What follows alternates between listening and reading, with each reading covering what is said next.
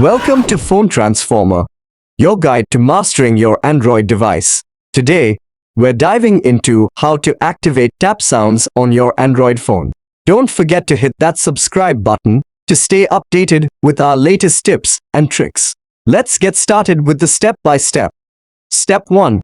First, take your Android device in hand and launch the Settings application. This is the control center for all your device's features and functions. Step 2. In the Settings menu, scroll down until you find the Sound and Vibration option. Tap on this option to access its submenu. Step 3. Next, continue scrolling down and tap on the Additional Settings option. This will open up more sound-related settings.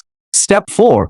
In this menu, you will see the Disable Tap Sounds option. To activate tap sounds, you'll need to turn off this setting. Step 5. Finally, tap on the Disable Tap Sounds option.